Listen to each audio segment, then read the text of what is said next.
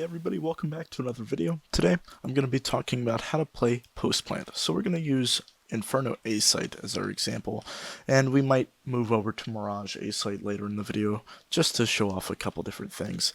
But so on a normal A site execution, let's say that you have a Moto smoke, let's say that you have an arch smoke, and I actually throw a different arch smoke.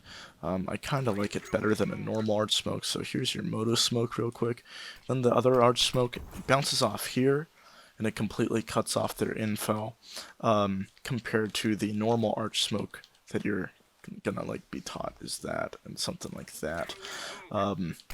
Which, although this does smoke off arch, it allows for the person here who's playing arch to have a much easier time really lining up their shots or counter mollying, they can see pretty well. So that's going to be our little site example, site take example, molly that, just normal stuff. Okay, so you're going to have a smoke down moto, we're going to have a smoke down arch.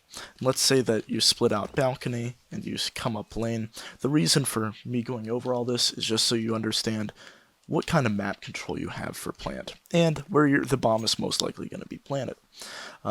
If you come up lane side and you have balcony control, you're probably going to plant right here, which is considered default, okay?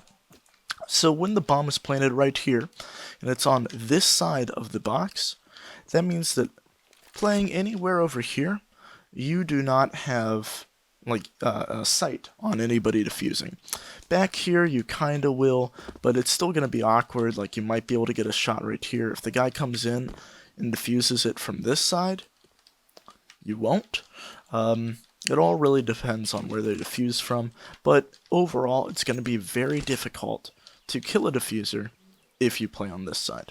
So that's like a very basic thing of just planning for yourself or planning for your teammates. For example, if you come up lane and you have balcony control and you know that you have a guy in apps and you plant on this side, well, that would just be dumb, because one, you're open to everything, the angle that you don't have control of, arch, which people are going to rotate through, and if they defuse it, all your teammates are out of position. They can't see the diffuser, so it's just that, but reversed logic.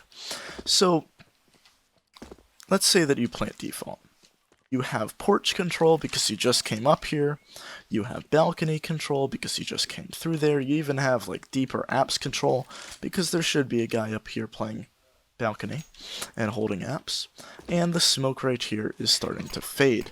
Now, arch is the main priority for everybody on site, especially at lower levels.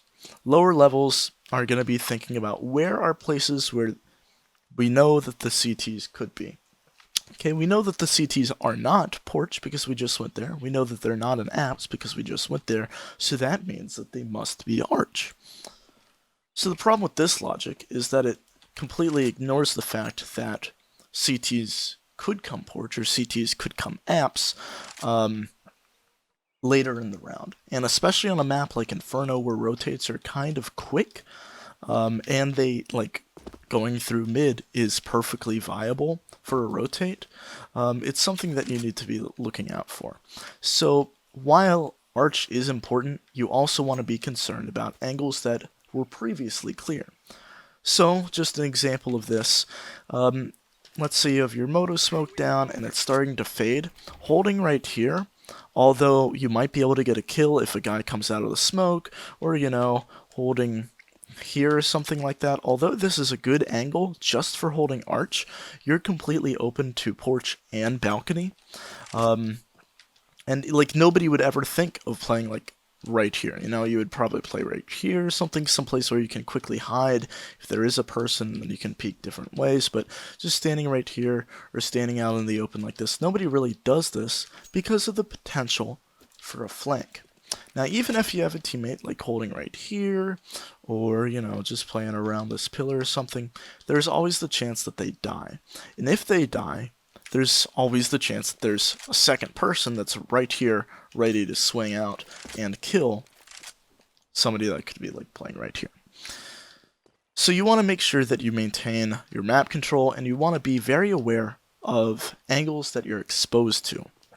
Now, let's say that you know that they're on a save round or that they're on a really bad like force buy, they have like Deeg and armor, and you plant right here, and nobody on your team has died. It's a 5 versus 3 right now. You killed both A players, and there's a guy Arch, and so the smoke's down, and let's say you pop yourself through the smoke, okay?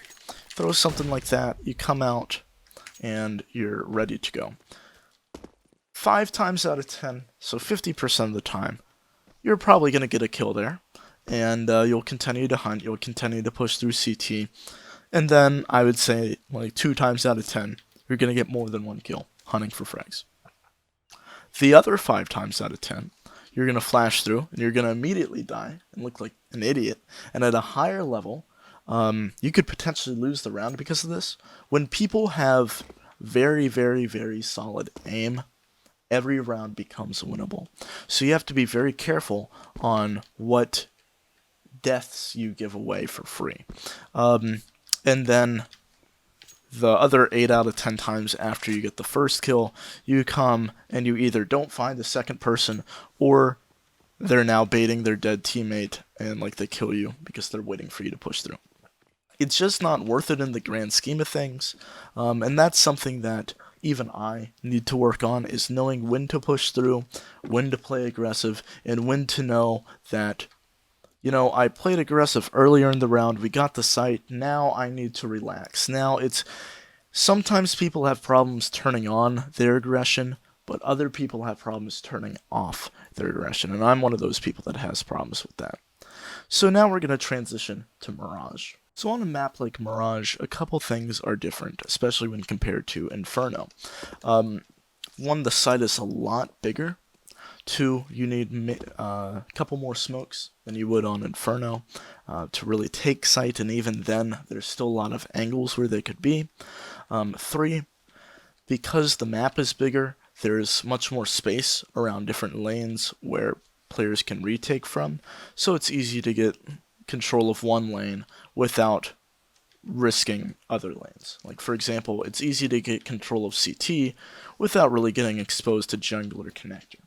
And also, the big flank, which would be somebody coming through ramp or through Palace, is a threat, but it's not as much of a threat as it is on Inferno, where somebody could come up from top mid, a place where you just were, or through apps. Because, again, it is a much bigger map, times to rotate over are a bit longer. So, one thing that's going to be different on Mirage when playing post-plant than it would be on Inferno is the buddy system. Now, the buddy system is making sure that you have a teammate that is there to support you or trade you out. Now, this doesn't mean that if you're in like a 4v3 that 2 of you have to work together and the other 2 have to work together. No. Buddy system, you're not set on one person being your buddy. It could be whatever teammate is in your vicinity. For example, if you're right here and you're fighting bottom connector or something like that, or top connector, and you hear a guy coming CT, instead of just peeking out or forcing yourself into a worse position, exposing yourself to jungle and possibly dying from connector because you're repositioning, you call for a flash from a teammate. He flashes into CT, which then you're able to peek off of. Now, if you go for a wide swing like this, and there's a guy back here, he can kill you, and he can't be traded, because there's no way that your teammate who's here, who just flashed for you, is able to kill a guy that's over there. So you have to keep that in mind when you're peeking, alright? You get like this control, nobody's there. Now you have 2 options. You can either risk the timing factor of pushing up here, getting a different position, and the risk for that is if while you're running up to get there, one, they can either hear you, push up to that, or they'll swing while you're still in a transition mode, and they can easily kill you. Or you maintain this control and you sit right here, which is, you know, probably a reasonable thing. Or you see that it's clear and you fall off and you refocus on connector. Now the problem with that one is, one, now you're giving them CT, and you gave your teammates a false sense that CT is clear, even though you just know this part of CT is clear. A guy could be right here, and you would have no idea. And when you repeat connector, you're going to repeat it with the assumption that it looks the exact same as it just did the last time you looked at it. So if there was nobody there, or there was a smoke down or something, and you're peeking here, you get flashed into CT, you see that nobody's there, and you go to repeat it, and the smoke is now fading, or the smoke is already faded, and now you maybe swing out too wide, or there's already a guy bottom stairs and you're aiming at the wrong thing. So there's a lot of risk with that. But main point is make sure that you have a teammate here. If the teammate's here, of course he's exposed to top stairs, so this teammate might need a buddy who's in Palace, holding that, or a buddy who is Firebox or something like this, just holding top stairs. So if he's here, that allows you to reposition more easily. So even if they do hear you and they try to swing out, you do have a teammate that's able to trade out that kill. Also, Inferno, this is kind of important, but much more important on Mirage is Crossfire setups. So a good Crossfire setup is having a guy sit right here, holding the top stairs push, and then having a guy either sit right here, watching the cross to default, or even get up here and holding like right here, or holding the ticket jump up. Now this is a good crossfire because if bomb is planted like back default, side triple, or back triple, or even front triple, this allows this person to swing out here and kill the guy, and it also allows this person to swing out and kill the guy. So both of these players are in position to stop the defusal of the bomb. Obviously you wouldn't play those positions if bomb is planted default, because nobody, like, you would have to wrap all the way around, or you would have to get up on Palace. And both players are holding both potential angles at which an enemy can cross. So like this guy is susceptible to top stairs, which his teammate is watching, while this guy is susceptible to somebody swinging close, which his teammate is watching. That's a good crossfire. A bad crossfire example would be somebody's under a balk right here, and another guy is in Palace right here. Now, although these players are very close to each other and they are holding different angles, the problem is that this under balk guy could die from CT, somebody crossing bench. He could even be like swing out a little bit, die from jungle or top stairs. And this Palace guy can only see if somebody jumps up ramp, right? He can't really see if somebody walks out ramp, or if he does, he won't be able to hit the shot. It's a very difficult shot. He'll only see the top of his head. So his teammate can die, and the best thing that he can do is then swing out. But then he is exposed to so many angles, a plethora of angles, if I may. And there's a chance that even like when he swings out, he won't even see the guy who killed his teammate, because he came from a different angle that he can't see. So that's just something to keep in mind with post plants.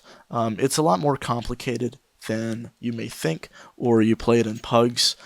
Pugs, it's a lot easier to just rush through, flash for yourself, like run into jungle and catch the rotates off while they're coming in through rat hole, or coming right here and killing them while they're coming from market, you know, just doing something dumb.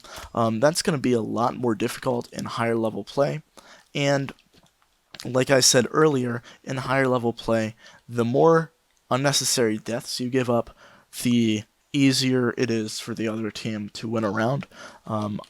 The amount of times where it's just 5 deagles that beat a complete full buy on the other team, it's an absurd amount, and most of the time, I'd say well over 50% of the time, it is due to the people with the deags getting an easy kill that was untradeable for the enemy side. So just somebody swinging out or peeking something where they die and their teammate cannot kill the person that killed them. So thank you all for watching. If you have any questions, please feel free to leave a comment. Let me see if I can hit this jump. I didn't hit it earlier, and I didn't want to say anything. I normally can hit it. Oh no. Oh no. Alright, I'm ending the video on that. See you boys later.